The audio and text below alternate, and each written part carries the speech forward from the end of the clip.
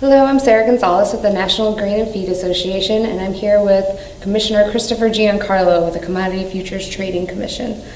Commissioner, can you briefly describe your background, specifically with Futures Commission merchants and cooperatives? Well, so I spent 16 years practicing law in New York and London, and then went into business to build a platform for trading over-the-counter swaps products globally.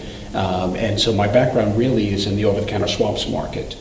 As you know, Dodd-Frank assigned to the CFTC responsibility for a large portion of that market, and I think President Obama was looking for people with a background in that product set. So in all candor, I'm learning the futures side of the business. I'm certainly learning the ag side of the business. Right.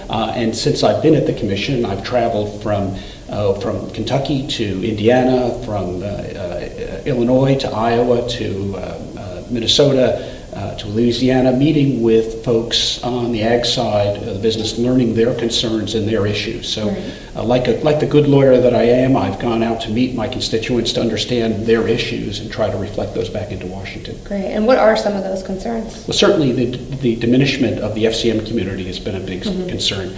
Back in the 1970s, we had over 400 FCMs in the industry. As late as the 2008 financial crisis, we had close to 160 firms. But today, we're down to 55 FCMs, and of those, 5 firms are responsible for about 70% of the FCM business. So that's a great concern. The FCMs play a vital role in the ag futures market, and we have to take a look at what we can do in Washington to not make their burdens any harder than they already are. Right, and you've been with the Commission almost 2 years now. That's correct. What are some of the things that you've been able to do to address this? Well, one of the very first things I did when I arrived is sat down with Chairman Tim Massad and talked about some of the things that really needed immediate attention. And one of those was our residual interest requirement that had been proposed. It was going to accelerate the time period by which residual margin would have to be posted in a way that would almost have hedgers pre-fund their margin accounts. Fortunately, after a fair amount of back and forth, we have dropped that now. We've gone back to the system that's been in place for decades and has worked well, and certainly had nothing to do with the financial crisis and didn't need to be changed in the wake of the financial crisis.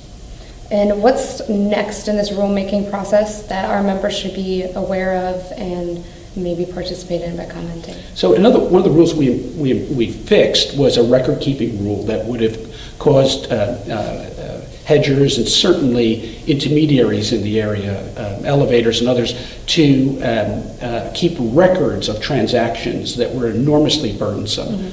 We fixed that, and I'm very pleased that that's known as Rule 1.35. I'm very pleased we fixed that.